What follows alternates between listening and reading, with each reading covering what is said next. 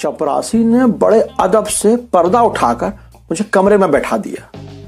जब मैं सोफे पर बैठ गया तो उसने एहसान का बदला पाने की गरज से आत्मीयता दिखाते हुए पूछा, बिजली के छोटे इंजीनियर होकर आए हैं ना आप? मैंने हामी में सिर हिलाया और कुछ गंभीर बनने की कोशिश की, पर चपरासी रुक जाने के मूड में नहीं दिखा। उसने फिर पूछा, बर्टी साहब की जगह आए हैं ना? मैंने फिर गंभीरता दिखाते हुए कहा, हाँ। फिर उसने अपनेपन से पूछा, आप तो बामन है ना? कहीं वो पैर ना छू ले। मैंने डरते हुए हामी में सिर हिलाया और थोड़ी सी नाक से कोड़कर प्रश्न के अनौचित्य पर प्रकाश डाला, पर चपरासी पर इसका कोई प्रभाव नहीं पड़ा। उसने फिर अपनेपन से पूछा, अच्छा हुआ आप बर्टी की जगह आ गए, वहां तो बहुत बदमाश था, सब परेशान थे। दोस्तों, मैं अतुल हूं। आज शनिवार है और हर शनिवार को आपको कहानी सुनाने का वादा रहता है। आज सुना रहा हूं शीलाल शुक्ल की कहानी साहब का बाबा। सही समझे आप, बिल्कुल वही राग दरबारी वाले शीलाल शुक्ल। तो कहानी कंटिन्यू करते हैं। ये बड़ा आकर्षक विषय था बर्टी वाला। मैं भी कुछ कहना चाहता था, अंदर की निकालना चाहता था, पर चीफ के चपरासी से इस पर बात चलाई जाए या नहीं, इसी उहापोह में कोई जवाब नहीं दिया। धीरे से मुस्कुराकर फिर गंभीर हो गया। लेकिन चपरासी तो चपरासी था, वो चेहरा पढ़ना जानता था, जैसे उसे मेरी था मिल गई थी। धीरे से जैसे कोई घर का आदमी हो उसने कहा, आप बैठे, मैं साहब को इत्तला दे आऊं। वह चला गया, फिर वापस नहीं आया। मैं चुपचाप कमरे में बैठा रहा। कमरा चौकोर था, अच्छे से सजाया गया था। किसी 100-125 रुपया महीना पाने वाली सुरुचि ने, यानी किसी विभागीय डिजाइनर ने बड़े बड़े किताबी करिश्मे दिखाए थे। अपना उसका कौशल झलक रहा था। मैं एक संगमरमरी क्यूपिड यानी कामदेव से लेकर मिट्टी के बुद्ध तक अपनी निगाह नचाता रहा। एक साथ श्रृंगार और शांत रस में डूबता हुआ उतराता रहा। इसी बीच दरवाजे पर एक आहट सी हुई। मैंने उठना तो चाहा, पर उठते उठते बैठ गया। करीब 7-8 साल का एक बच्चा मेरे सामने आकर खड़ा हो गया। गोरा चिट्टा, स्वस्थ, बनियान और हाफ पैंट पहने हुए, बाल माथे तक फैले हुए थे उसके। उसे देखकर पहली बार में तो मन में वात्सल्य उमड़ पड़ा। मैंने मुस्कुराकर कहा, हेलो। वह हंसकर मेरे घुटने के पास आकर खड़ा हो गया। उसने भी कहा, हेलो। मैंने प्यार से उसका सिर सहलाया, फिर पूछा, बेटा तुम्हारा नाम क्या है? उसने कहा, नहीं बताते। पलक झपकते ही वह मेरी गोद पर चढ़ाया। उसका मुलायम शरीर कुछ देर तक तो बड़ा भारा लगा। अब वह मेरी जांघों पर खड़ा हो गया। मेरे बालों को हाथों से खींचते हुए बोला, बताते क्यों नहीं, अपना नाम बताओ। इस हालत में नाम बताते हुए मुझे बहुत झेप लगी। किसी तरह उसके हाथ से मैंने अपने बाल छुड़ाए। बाल बिगड़ जाने पर मन ही मन उसे कोसते हुए नीचे खड़ा कर दिया। फिर अपने बड़े होने का एहसास होते ही सदियों से चली आ रही एक नसीहत दे डाली, अच्छे बच्चे ऐसा नहीं करते। अब वह बहुत तेजी से दांत पीसता हुआ मेरी गोद में चढ़ने को दौड़ा और चीखने लगा, अच्छे बच्चे, नाम बताओ, मुझे अपना नाम बताओ। मुझे डर लगा कि कोई ये ना समझे मैं उसे मार कूट रहा हूं या गला दबोच रहा हूं। मैंने बहुत दीन भाव से कहा, मेरा नाम गोपाल है। उसने मेरी टाई अपनी ओर खींचकर खुश होते हुए कहा, अरे वाह रे गोपल्लू। यह कहने में उसने जैसा मुंह बनाया, उसी से मुझे समझ में आ गया कि यार बच्चों को ठीक रखने के लिए छड़ी का महत्व अभी तक ठीक तरह से समझा नहीं गया है। पर मेरी टाई कुछ बिगाड़ कर वह कुछ शांत सा हो गया था। फिर कुछ प्यार से बोला, मेरा नाम लील है। मैंने कहा, वेरी गुड। फिर वह बोला, दीदी का नाम जानते हो? मैंने नहीं में सिर हिलाया। उसने कहा, क्वीनी, उसका यार बोलता है। मेरी आंखें आश्चर्य से फटी रह गईं। उसने कहा, डैडी का नाम जानते हो? मैंने वैसे ही नहीं में सिर हिलाया। वह बोला, भेड़िया, हमारा नौकर बोलता है। फिर बोला, मम्मी का नाम जानते हो? मैंने फिर नाम में सिर हिलाया। उसने कहा, डार्लिंग, डैडी मम्मी को डार्लिंग बोलते हैं। मैं उदास होकर बैठ गया तो उसने कहा, वह क्या है? मैंने जवाब दिया, बुद्धा। वह तालियां बजाकर उछल पड़ा, बोला, बुद्धा नहीं बुद्धू, बुद्धू तुम बुद्धू। मेरे वात्सल्य का दिवाला तो बहुत पहले ही निकल चुका था।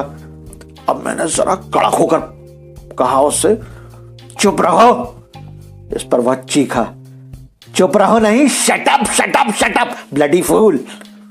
मैंने परेशान होकर इधर उधर देखा यार, तभी यह भी देखा कि बाल और टाई ही नहीं, मेरे कोट और पैंट पर भी उसका असर आ चुका था।